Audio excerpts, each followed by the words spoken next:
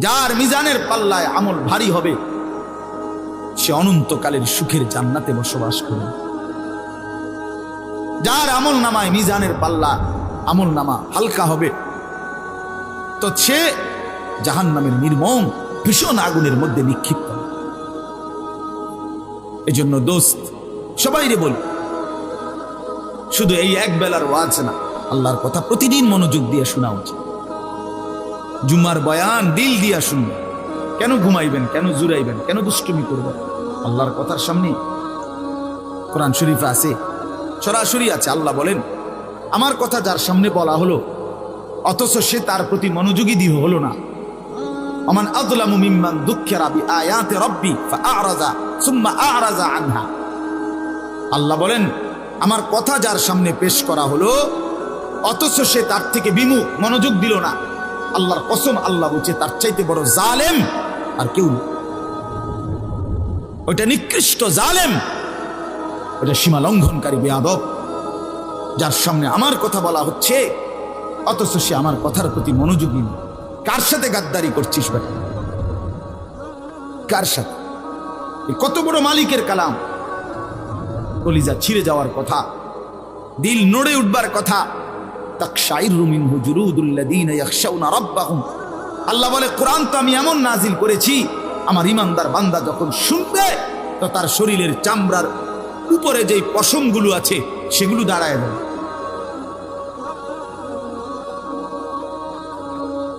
বুঝছে? এই জন্য বাপ আমার, বন্ধু আমার, এতক্ষণ লাগাই আপনাদেরকে এই কথাটাই বুঝাইতে চেষ্টা করলাম।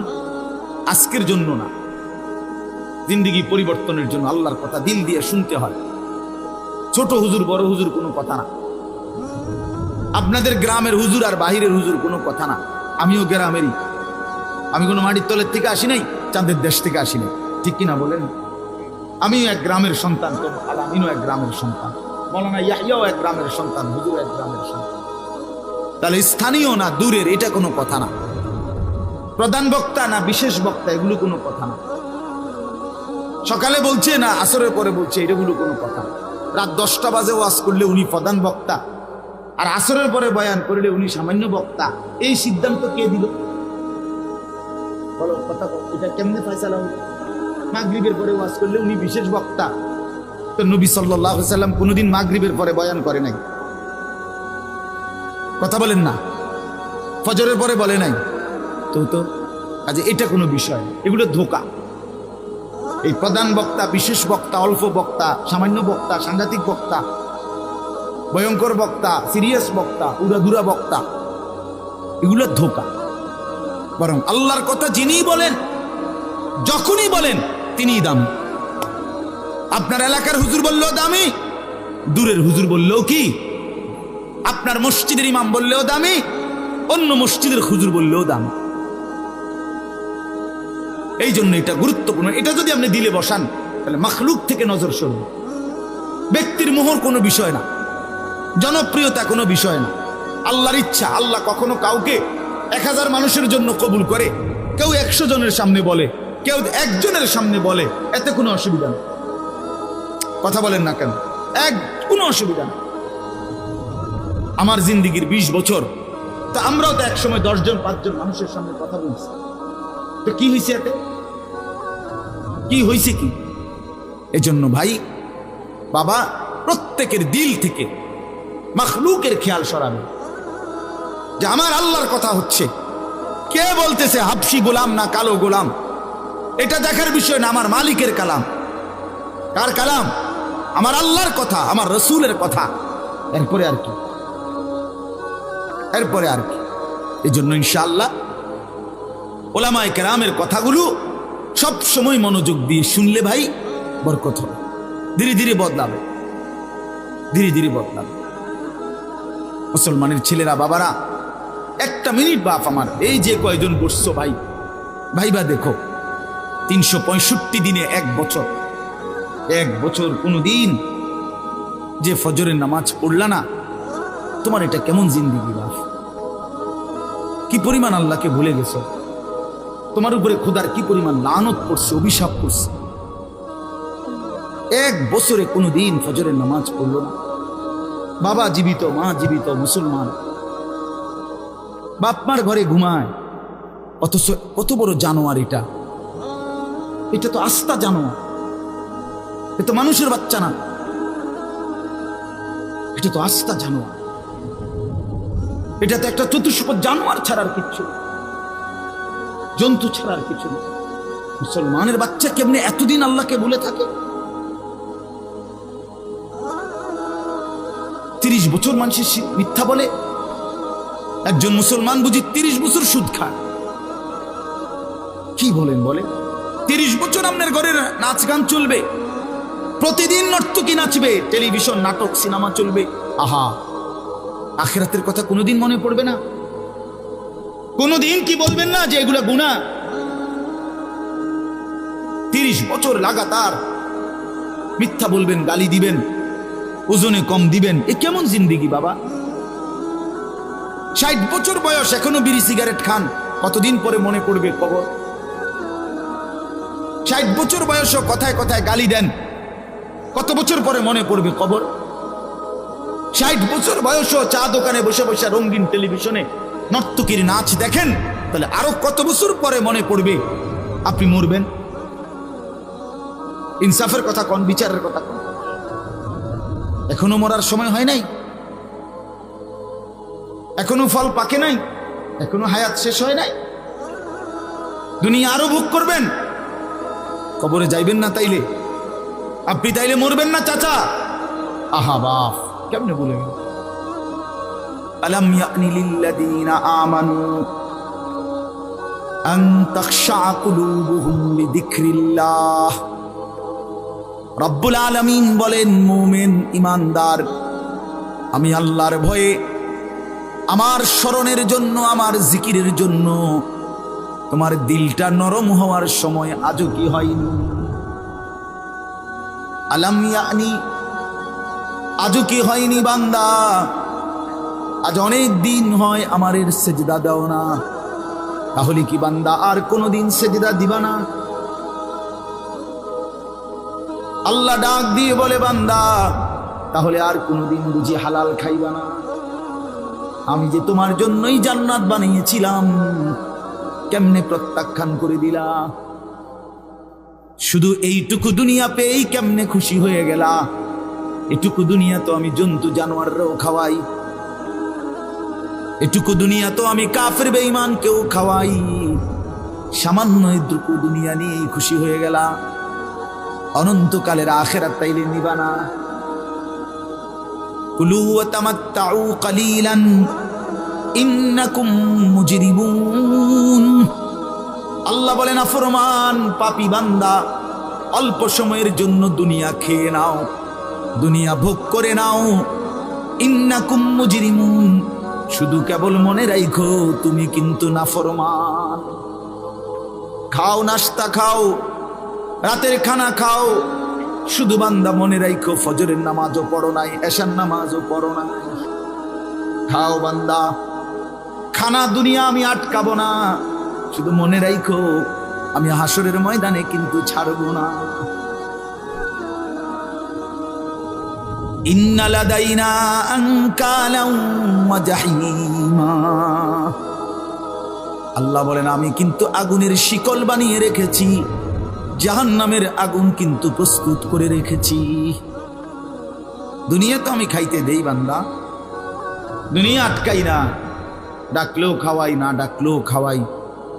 অনুগত, অবাধ্য, ইমানদার, বেঈমান, আমি তো সবাইকেই দুনিয়া রিজিক দিচ্ছি। এটা কথা বলেন না কেন?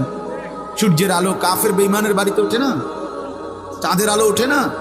দুনিয়া তারা ভোগ করছে কিনা বলেন? আল্লাহ তাআলা বলে, বান্দা দুনিয়া খাচ্ছ, ভোগ করছ, দুনিয়া নিয়ে মাতলামি করছ, এটারে খুব তৃপ্তির কিছু মনে করো না। দুনিয়া আমি কুত্তারেও খাইতে দেই।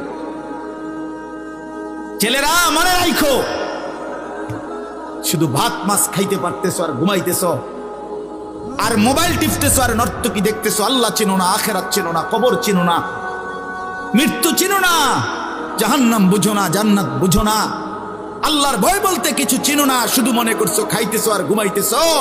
রাস্তার কুত্তার দিকে তাকায়ও, ওই কুত্তাও খায় আর ঘুমায়। কুত্তাও খায় আর ঘুমায়, কুত্তাও পেশাব পায়খানা করে, কুত্তারও যৌন চাহিদা পূরণ হয়, এজন্য কুকুরেরও বাচ্চা কাচ্চা হয় না?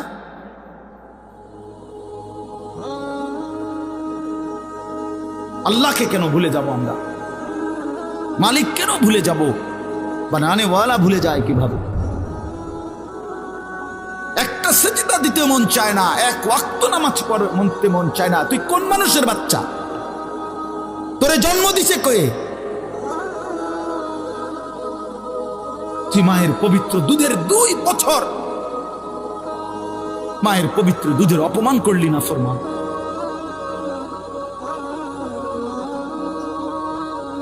এই জন্য আমরা প্রত্যেকে ফিকির করি, দিল দিয়া ভাবেন। প্রতিটা ওয়াজ, প্রতিটা মাহফিল বাবা, কবরবাসীদের রুহের মাগফিরাত যেমন দরকার, আপনাদের হেদায়েতও তেমন দরকার। ঠিক কিনা বলেন? কবরবাসীদের জন্য, ওরা তো চলেই গেছেন, ওনারা তো চলেই গেছেন, ওনাদের জন্য দোয়া ছাড়া আর কিছুই করার নাই। না আমি ওনার কিছু সংশোধন করে দিতে পারবো, না উনি ওনার নিজের কিছু সংশোধন করতে পারবে কিনা বলেন না? শুধু দোয়া, শুধু দোয়া। কিন্তু আমার হাতে, আপনার হাতে তো এখনো যেটুকু হায়াত আছে, এটুকু হায়াতে সংশোধন করার সুযোগ আছে না? এখন তো আছে, বিশ্বাস যাওয়া পর্যন্ত তো সুযোগ আছে বাবা, এখনো তো সুযোগ আছে। আল্লাহ তাআলা বলছেন নবী সাল্লাল্লাহু আলাইহি সাল্লামকে, বন্ধু আপনি আমার বান্দাদেরকে বললেন 90 বছর টানা আমার নাফরমানি করছে, 90 বছর পরেও যদি কোনোদিন বুঝতে পারে, সমস্ত গুনাহ ছেড়ে দিয়ে আর করবে না ওয়াদা দিয়ে, লজ্জিত আর অনুতপ্ত হয়ে যদি এক ফোঁটা চোখের পানি ফেলে, আমি আল্লাহ ওয়াদা দিলাম 90 বছরের গুনাহ একসাথে মাফ করে দেব। আপনি বললেন আমার বান্দারে, ওই যেন কোনোদিন নিরাশ না হয়, আমি আল্লাহ আছি, আমি মাফ করে দেব। তরে বললেন গুনাহ ছেড়ে দিয়ে আসতে, আরে বললেন তওবা করে আসতে, আরে বললেন আর করবে না ওয়াদা দিতে। মস্কারি করলে হবে না। আপনি জানেন আপনি গুনাহ এটা ছাড়বেন না, আপনি জানেন আপনি মিথ্যা বলা ছাড়তেছেন না, সুদ ছাড়েন না, বিড়ি ছাড়েন না, হারাম ছাড়তেছেন না, আপনি জানেন আপনি টেলিভিশন দেখা বন্ধ করবেন না, এরপরে আপনি ডুইল্লা ডুইল্লা কইবেন আস্তাগফিরুল্লাহ। কি আস্তাগফিরুল্লাহ কইলেন? কারে কইলেন? এই মিথ্যাবাদী। আল্লাহ যদি মুখের উপরে বলে এই বাটপার, তুই কারে বললি আস্তাগফিরুল্লাহ? তোর কলজাটা আমি চিনি না? কথা বলেন। মাফ তো চাইবে ওই ব্যক্তি যার বুঝ আসছে যেটা গুনাহ, আমি ছেড়ে দিলাম, আর করব না, ওয়াদা দিলাম। মাওলা আমি লজ্জিত, আমি মাফ চাইতেছি, আপনি আমারে মাফ করে দেন। আল্লাহ বলেন এমন গুনাহ যদি আসমান পরিমাণও হয় আমি মাফ করে দেব, কিন্তু শর্ত হলো কি করে দিতে হবে? কথা বলেন না, কি করতে হবে? ছেড়ে দিতে হবে, আগে ছেড়ে দিতে হবে, আগে ছাড়ো তো, আর করবা না। বলো একাকী হলে একাকী বলো, রাত গভীরে বলো। আল্লাহ বলেন ইন আতাইতানি লাইলান আতাইতুকা লাইলান, বান্দা তুমি যদি আমার কাছে রাতে আসো গুনাহ নিয়া মাগফিরাতের জন্য, আমি রহমত আর মাগফিরাত নিয়া আমি আল্লাহ রাত গভীরেই আসবো, রাতের অন্ধকারে আসবো। আমি রাতের 3টায়ও ঘুমাই না, দিনের 3টায়ও ঘুমাই না, আমি রাতের 4টায়ও ঘুমাই না, আমি দিনের 4টায়ও ঘুমাই না। আমি আল্লাহর কোনো শুক্রবার শনিবার নাই, আমার কোনো ছুটি ছাটা নাই। আমি 24 ঘন্টা আল হাইয়ুল কাইয়ুম, আমি সর্বদাই জীবিত, আমি সারাক্ষণই আছি, কায়নাত পরিচালনা করছি। আল্লাহর কোনো বিশ্রাম আছে? আল্লাহর কোনো ক্লান্তি আছে? আল্লাহর কোনো ভুল আছে? আল্লাহর কোনো ছুটে যায় কিছু? আল্লাহ আমাদেরকে বুঝ দান করেন। ভাই আমার কথা সহজ সরল কথা, আমি আপনাদের পরিবর্তন চাই। কারো ঠেলাঠেলি, ধাক্কা ধাক্কি, কারো খোঁচাখুচি টোটালি আমার আর পছন্দ না। আমারও হায়াত শেষ, আমারও জিন্দিগি। আল্লাহ তাআলা কোরআনুল কারীমের মধ্যে বলছে, বান্দা বয়স যখন 40 পূর্ণ হয় তারপর থেকে পুরা ফিকির আখিরাত। ওয়ালাম্মা বালাগা আশুদ্দাহু ওয়া বালাগা 40 সানা। বুজুর্গানে দিন তো বলছে 40-এর পরে জিন্দিগি গুটায় ফেলো, পুরা দিল দিমাগ আখিরাতের দিকে ফিরো। আল্লাহ আপনি আমারে দয়া করে 40 পর্যন্ত হায়াত দিছেন, এবার আপনার শুকর মাওলা শুকর শুকর। অথচ আপনাদেরকে আল্লাহ তাআলা 60 বছরের হায়াত দিলেন, আপনারা এত সুন্দর জীবন আল্লাহ দিছেন, এতটা সুযোগ দিলেন, মাইডারে বিড়ি খাইতে খাইতে শেষ করে, বন খাইতে খাইতে আর চা খাইতে খাইতে, চা দোয়ানে গপ মারতে মারতে আর ফালতু কথা কইতে কইতে শেষ। এটা কি? এটা কি? এটা কোন ধরনের কথা? বুড়া মানুষ আড্ডা দিবে কেন? বুড়া মানুষ গপ মারবে কেন? বুড়া মানুষ বিড়ি খাবে কেন? বুড়া মানুষ ফালতু কথা বলবে কেন? বুড়া মানুষ গালিগালাজ করবে কেন? আপনার তো এখন কবর দেখা যায়, দেখা যায় না? তো আপনার তো একটা সেকেন্ড নষ্ট না করে উচিত জিন্দিগির এই শেষ সময়টা আল্লাহর তসবিহ, জিকির, কান্নাকাটি, দোয়া এর মধ্যেই লেগে থাকে। এটা উচিত ছিল না? কই, এই খবর তো নাই। আল্লাহ আমাদেরকে বুঝ দান করে। আমি আপনাদের সামনে 3টা আয়াত করছি, আর অল্প একটু সময়। আচ্ছা, এই 3টা আয়াত করছি আর একটু সময়, এই 3টি আয়াতের তর্জমা শোনাই আপনাদের। কোরআনুল কারীমের 29 নম্বর পারা, 76 নম্বর সূরা। সূরাটির নাম সূরায়ে দাহার। এই সূরার 3টি আয়াত, প্রথম 3টি আয়াত আপনাদের সামনে আমি তেলাওয়াত করেছি। এই 3টা আয়াত আপনাদেরকে এখন একটু শোনাই, একটু স্মরণ করানো, বিবেক জাগানো, এটাই মাকসাদ এই সূরার প্রথম 3 আয়াত। আমরা এই 3টি আয়াতের মধ্যে আল্লাহ তাআলা কি বলছেন এই কথাটা আগে সংক্ষেপে আমি আপনাদের এমনি একটু বুঝাই, তাইলেই দেখবেন তরজমা বললে আপনি সহজে বুঝবেন ইনশাআল্লাহ। প্রথম কথা হলো, আমরা যারা এখানে বসছি আমরা প্রত্যেকেই মানুষ, বলেন আলহামদুলিল্লাহ। আল্লাহ তাআলা মানুষকে কোরআনুল কারীমের মধ্যে বলছেন, আমি মানুষকে 7টি ধাপে সৃষ্টি করেছি, 7 স্তরে, 7 ধাপে। 1 নাম্বার মাটি, 2 নাম্বার বীর্যের ফোঁটা, মানে বীর্য, স্বামী স্ত্রীর মিশ্র বীর্য। একটি সন্তান জন্মের ক্ষেত্রে স্বামী স্ত্রী উভয়ের বীর্যই ব্যবহার হয়, তাহলে এই 2 নাম্বার। 3 নাম্বার জমাট রক্ত। 4 নাম্বার গোশতের টুকরা। 5 নাম্বার হাড্ডির একটা খাঁচা, মানে কঙ্কাল। 6 নাম্বার হাড্ডির খাঁচার উপরে গোশতের আবরণ, এই যে যেখান দিয়ে যে দুর্গোশত দরকার লাগা। 7 নাম্বার বডিটা রেডি, এবার রূহ ফুকে দিয়ে মায়ের পেট থেকে বের করছে, খালাস। কয়টা হইল? মাটি, বীর্য, জমাট রক্ত, গোশতের টুকরা, হাড্ডির খাঁচা, গোশতের আবরণ, রূহ ফুকে দিয়ে মায়ের পেট থেকে বের। আচ্ছা, এটা কোরআন শরীফে আছে, ওয়ালাকাদ খালাকনাল ইনসানা মিন সুলালাতিন মিন তিন সুম্মা জাআলনাহু নুতফাতান ফি ক্বারারিন মাকিন।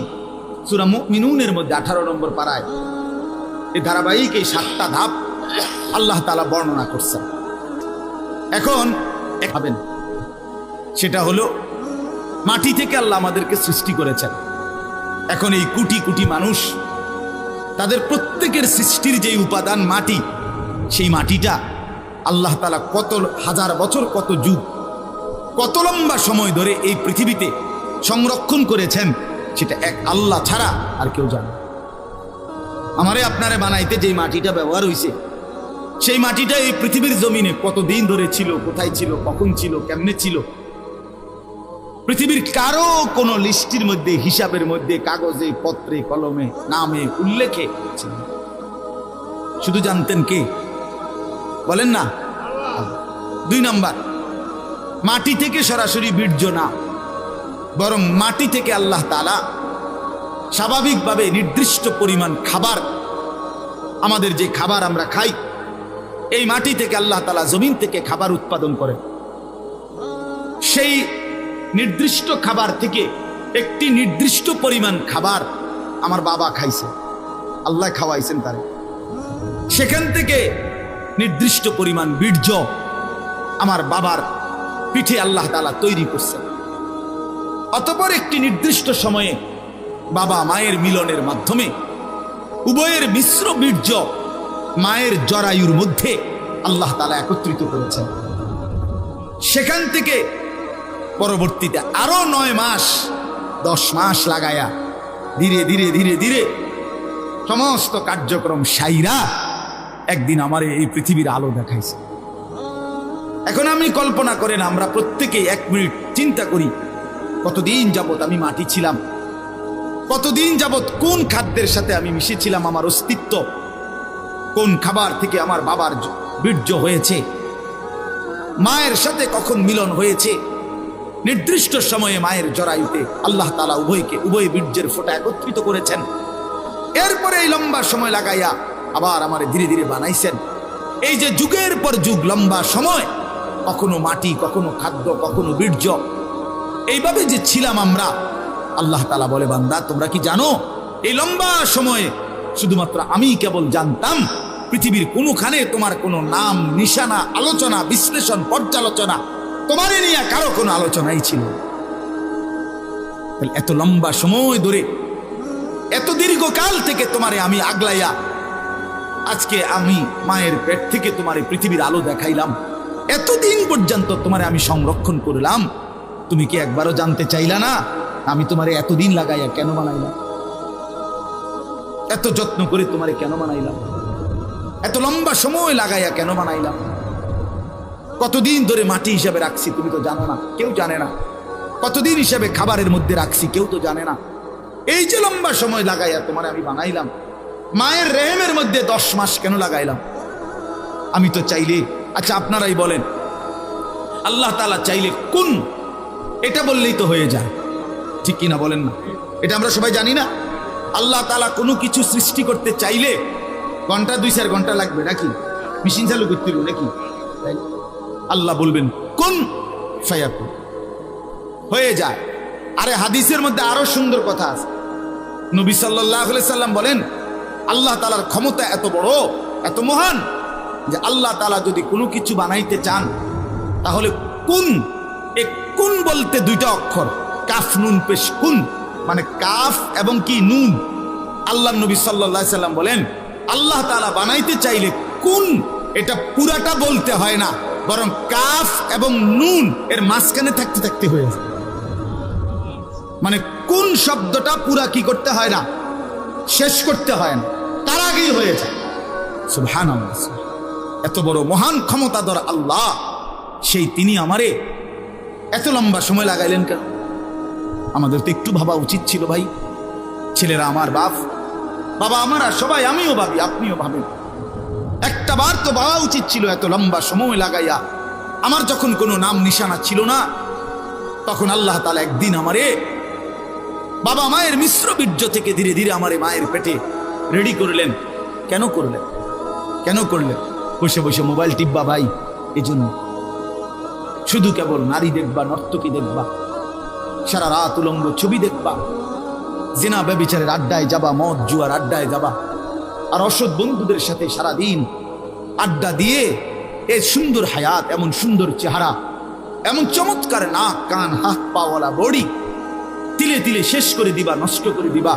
আহা আফসুস, এর জন্য আল্লাহ বানাইছে?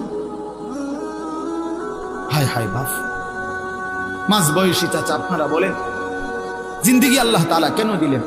এই শুধুমাত্র 2টা ছেলে বিদেশ পাঠাইলেন, 3টা মেয়ে বিদেশ বিয়ে দিলেন, বাড়িতে একখান ঘর করিলেন, হ্যাঁ সোফা বানাইলেন, খাট বানাইলেন, কয়টা ফার্নিচার আসবাবপত্র বানাইলেন, খালাস। এরই নাম 60 বছর? আল্লাহ তাআলা জিন্দেগির 50টা বছর উপার্জনের ক্ষমতা দিছেন এই শুধু এই যে ফার্নিচার আর এই গদ্দুর কদ্দুর, এই কদ্দুরের জন্য? একজন মুসলমান হিসেবে এই শেষ, এই জীবন? বলে আল্লাহ তাআলাকে জানা দরকার, জিজ্ঞেস করা দরকার। তো আল্লাহ তাআলা এই সূরার মধ্যে সেই প্রশ্নের উত্তর দিছে, বান্দা একটি লম্বা সময় পার করে আমি আল্লাহ তোমাকে পৃথিবীর অস্তিত্বে এনেছি, তুমি শোনো আমি তোমারে কেন বানাইছি। আল্লাহ তাআলা বলেন, হাল আতা আলাল ইনসানি হিনুম মিনাদ দাহরি লাম ইয়াকুম শাইআম মাযকুরা। প্রতিটা মানুষের উপর দিয়ে এরকম যুগের পর যুগ অতিবাহিত হয়েছে যখন সে উল্লেখ করার মতো, পরিচয় দেওয়ার মতো কোনো কিছুই ছিল না। এই মাটিতে কার অস্তিত্ব কেউ বলতে পারবে? ওই গাছে, ওই ফুলে, ওই ফলে, ওই খাদ্যে, ওই খাবারের মধ্যে কার অস্তিত্ব আছে আমরা জানি কেউ? শুধু জানে কে? আল্লাহ বলেন শুধু আমি জানতাম। লাম ইয়াকুন শাইআম মাযকুরা। এই পৃথিবীর কারো কাছে তুমি উল্লেখ করার মতো ছিলাম। আগামী 50 বছর পরে, আগামী 30 বছর পরে কার ঘরে কোন সন্তান আসবে এখন বলেন? আমরা জানি কেউ? তাই আল্লাহ তাআলা বলেন কেউ জানতা না, তুমি জানতা না, তোমার কোনো নাম, দাম, পরিচয় উল্লেখ ছিল না। দ্বিতীয় আয়াতে আল্লাহ বলেন সেই আমি আল্লাহ, ইন্না খালাকনাল ইনসানা মিন নুতফাতিন আমশাজ। একদিন আমি আল্লাহই স্বামী স্ত্রীর মিশ্র বীর্য থেকে তুমি মানুষকে সৃষ্টি করেছি। অর্থাৎ যেদিন মায়ের জরায়ুতে গর্ভ হয়েছে, যেদিন মা অনুভব করছে তার পেটে বাচ্চা আসছে, সেদিন কিছুটা আন্দাজ করছে যে হ্যাঁ মা গর্ভবতী, তাও জানতো না ছেলে না মেয়ে। আরো একটা নির্দিষ্ট সময় পরে অনুভব হয়েছে। তো আল্লাহ তাআলা বলেন তখনও তো জানতা না কোন দিন নাক লাগাইছি, কোন দিন চোখ লাগাইছি, কোন দিন হাত লাগাইছি। আমি পৃথিবীর কাউরে না জানাইয়া বান্দা বড় বেশি মায়া করে নিজের হাতে যত্ন করে তোমার বানাইছি।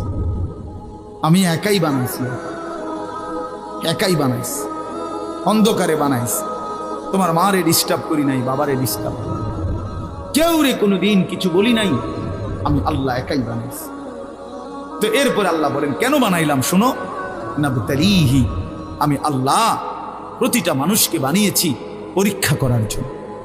এই কথাই নাবতালিহি, নাবতালিহি পরীক্ষা করার জন্য, লিয়াবলুয়াকুম পরীক্ষা করার জন্য, লিনাবলুয়াহুম পরীক্ষা করার জন্য, ওয়ালা নাবলুয়ান্নাকুম পরীক্ষা করার জন্য, ওয়া নাবলুকুম বিশ-শাররি ওয়াল খাইরি ফিতনা।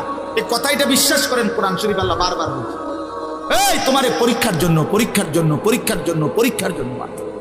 পাত্রামি করার জন্য না, ফাইজলামি করার জন্য না, দুষ্টমি করার জন্য, বান্দা খামখেয়ালি করার জন্য বানাই নাই। আমি একটা পিঁপড়াও বেহুদা বানাই নাই। এত সুন্দর মানুষ তোমারে কেন বেহুদা বানাই?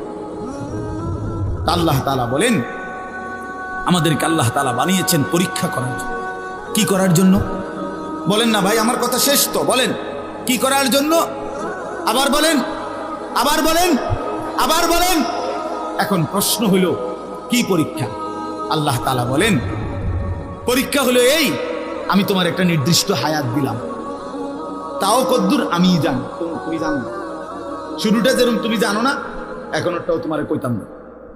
40 হোক, 50 হোক, 60 হোক, 30 হোক, 80 হোক, 90 হোক, 70 হোক, সেটা জানে শুধু কে? আল্লাহ। আল্লাহ বলেন এই যে নির্দিষ্ট হায়াত দিলাম, এই সময়টা আমি আল্লাহ তাআলা দেখতে চাই। মূলত এটা তোমার স্থায়ী জায়গা না, আমি তোমার জন্য একটা স্থায়ী জায়গা রাখছি আখিরাত। সেখানে গিয়া তুমি কি জান্নাতে যেতে চাও নাকি জাহান্নামে যেতে চাও, এই পরীক্ষার জন্য এই সংক্ষিপ্ত হায়াত আমি শুধু দেখতে চাচ্ছি। এখানে তোমরা রাখতাম না, এটা ওয়েটিং রুম, এটা মূল রুম না। তুমি যেমন একারে বিছনা টিছনা দিয়ে উঠতে লাইছো, আসলে কথা তো ছিল না, এটা হতার জায়গা না। তুমি একেবারে ফাইলিং টাইলিং কইরা, বিল্ডিং টিল্ডিং কইরা, দরজা জানালা SS5 লাগাইয়া তুমি যে একটা বুঝ করে লইছো, তুমি তো মনে করছো আমার বাপ দাদা 14 গোষ্ঠী হয়তো মাটির ঘর আর বেড়ার ঘর আসিল দেখে মরে গেছে, কিন্তু SS5 এর ঘরে তো মানুষ মরে না। না না, SS5 এ মরে না। ফাইলিং করলে আর বিল্ডিং মানুষ মরে না। আল্লাহ বলে না বান্দা, অল্প সময়ের হায়াত পরীক্ষা করার জন্য, যে আসল হায়াত জান্নাতে যাবা না জাহান্নামে যাবা, এই পরীক্ষা। এখন আসেন শেষ অংশ। আল্লাহ বলেন আমি যদি প্রশ্ন করি আল্লাহকে, তাহলে আল্লাহ ঠিক আছে আমি বুঝলাম, আমারে আপনি পরীক্ষা করার জন্য এই পৃথিবীতে হায়াত দিলেন। কিসের পরীক্ষা? আমি কি জান্নাতে যেতে চাই না জাহান্নামে যেতে চাই, এই পরীক্ষা। কথা বুঝছেন কিনা বলেন? এখন পরীক্ষায় পাশ করার জন্য, পরীক্ষায় উত্তীর্ণ হওয়ার জন্য, জান্নাতে যাওয়ার জন্য, জাহান্নাম থেকে বাঁচার জন্য আপনি আমারে কি কি ব্যবস্থাপনা দিচ্ছেন? আপনি আমারে এমনি ছেড়ে দিলে কি হবো নাকি? আমি কই যামু, কি যামু, আমি কিটা করবো, একটা কিছু আমারে বুঝ বুদ্ধি দিতে হবে কিনা বলেন না? তা আল্লাহ তাআলাকে যদি বলেন আল্লাহ পরীক্ষা দিতে আমারে পাঠাইছেন, পরীক্ষা নিতে, ঠিক আছে আমি মানলাম, আমিও চাই পরীক্ষায় উত্তীর্ণ হতে, জান্নাতে যেতে, জাহান্নাম থেকে বাঁচতে, তা আপনি আমার এই জন্য কি দিছেন? এই ভাই শুনেন এই শেষ কথাটা। আল্লাহ তাআলা বলেন আমি 3টি ব্যবস্থা তোমার জন্য, পরীক্ষায় পাশ করার জন্য, জান্নাতে যাওয়ার জন্য আমি আল্লাহ তোমার জন্য 3টা ব্যবস্থা করেছি। কয়টা বাপ? 1 নাম্বার, ফাজআলনাহু সামিআন বাসীরা, আমি আল্লাহ তাআলা শুনবার জন্য কান দিয়েছি, দেখবার জন্য চোখ দিয়েছি। তাফসীরের মধ্যে লিখছে, অর্থ হলো একটু বিস্তারিত, অর্থাৎ আল্লাহ বলেন যতগুলো হুকুম আমি পালন করতে তোমারে বলছি, যতগুলো বিষয় ছাড়তে বলছি গুনাহ, আল্লাহ বলেন বান্দা কসম তোমার, তুমি চিন্তা করে দেখো আমি আল্লাহ প্রত্যেকটা হুকুম মানার মতো পুরা যোগ্যতা তোমার দেহের মধ্যে আছে। এমন একটা হুকুম আমি দেই নাই যেটা মানার যোগ্যতা তোমার শরীরের মধ্যে নাই, এমন জুলুম আমি করিনি। কথা বোঝেন নাই? এই হলো প্রথম, পরীক্ষায় পাশ করার জন্য আমাকে মানার যোগ্যতা সম্পূর্ণ একটি শরীর, বডি আমি তোমারে দিচ্ছি। আমার সমস্ত হুকুম মানতে পারবা, সমস্ত গুনাহ থেকে বাঁচতে পারবা, এই সক্ষমতা আমি তোমার দেহের মধ্যে দিয়েছি। বলে মনে করেন আমারে আপনারে আল্লাহ বলছে রুকু দিতে, কথার কথায়, কিন্তু আমার কোমর মনে করেন আমাদের এইটা বাঁকাই ভাঙে না, কোমর বাঁকা হয় না, তো এরপরে যদি বলতো সেজদা দাও, একটা কলা গাছেরও যদি বলতো সেজদা দাও, একটা তাল গাছেরও যদি বলতো সেজদা দাও, আমারও যদি এরকম তাল গাছের মতো সোজা বানাইতো, যেটার মাঝখান দিয়ে কি হয় না, বাঁকা হয় না, তাইলেন এটা জুলুম হইতো, তাইলেন এটা অন্যায় হইতো যে আল্লাহ আপনি আমার কি করলেন, কইলেন রুকু দিতাম, আমি কেমনে রুকু দিতাম, আমার তো কোমরে বাঁকা হয় না। কথা বোঝেন নাই? আপনি আমারে বললেন সেজদা দিতাম, আমি তো নিচের দিকেই যাইতে পারি না, আমার দেখ কনুইও ভাঙ্গে না, হাঁটুও ভাঙ্গে না। বলেন এমন যদি হতো তাহলে না জুলুম হইতো? কিন্তু আল্লাহ তাআলা আমাদেরকে নামাজ পড়ার যোগ্যতা আমাদের শরীরের মধ্যে দিয়েছেন কিনা? একটা ছেলে বলো ভাই আল্লাহর দোহাই, এই মুসলমানের বাচ্চা, যদি মার পবিত্র দুধ খেয়ে থাকো, বলো তোমারে আল্লাহ তাআলা নামাজ পড়ার যোগ্যতা তোমার শরীরের মধ্যে দেয় নাই? তাহলে বেঈমান নামাজ পড়ো না কেন? কেন নামাজ পড়ো না? আমি দাঁড় করাই, এখানে তো অসংখ্য ছেলে এখানে আছো, এখন চেহারা দেখলে বোঝা যায় তোমার ওই চেহারার মধ্যে তো হাইওয়ান আর জানোয়ারের চেহারা, যেই হাইওয়ান আল্লাহকে সেজদা করে না। আজকের এশার নামাজ পড়ো নাই, আজকের মাগরিব একটা ওয়াক্ত নামাজ পড়ো নাই, এমন অসভ্য জঙ্গলি এখানেও তো বসে আছো। বেহায়া, লজ্জা করে না? বেহায়া কেমনে ঘুমাইবি বেটা? নামাজ না পড়ে যদি ঘুমাও, ফেরেশতা যদি একটা লাথি মারে, ফেরেশতা যদি একটা লাথি মারে, ফজরের নামাজ না পড়ে যে ঘুমাও, ফেরেশতা যদি একটা ঘুমের মধ্যে রেখে লাথি দেয়, ফেরেশতা ঘুমের মধ্যে রাইখা কোনো জাতিকে ধ্বংস করে নাই? কথা বলেন না কেন? ঘুমের মধ্যে রাইখা কোনো জাতিকে ধ্বংস করছে কিনা? কওমে লূতকে ঘুমের মধ্যে রাইখা ধ্বংস করছে, কওমে সামুদকে, কওমে সালেহকে, কওমে শুআইবকে, এই 4টা জাতিকে আল্লাহ তাআলা ঘুমের মধ্যে রাইখাই শেষ করলেন। আল্লাহ আমাদেরকে মাফ করে দেন। আমার কথা রাগ করো না ভাই, উদ্দেশ্য তোমার লগে কোনো ঝগড়া করা না, আমি কোনো কাজে লাগছি না, ঠিক কিনা বলেন না কেন? মাকসাদ কি আপনাদের লগে আমার ঝগড়া? দীর্ঘ 20টা বছরের বেশি হবে, আজ থেকে 20 বছরের উপরে হবে এই জমিনে আমার আসা দেওয়া, সুখে দুঃখে আনন্দ বেদনায়, মূল্যায়ন অবমূল্যায়ন, সর্বাবস্থায় আমি আসছি আল্লাহর দয়া। বলেন আলহামদুলিল্লাহ।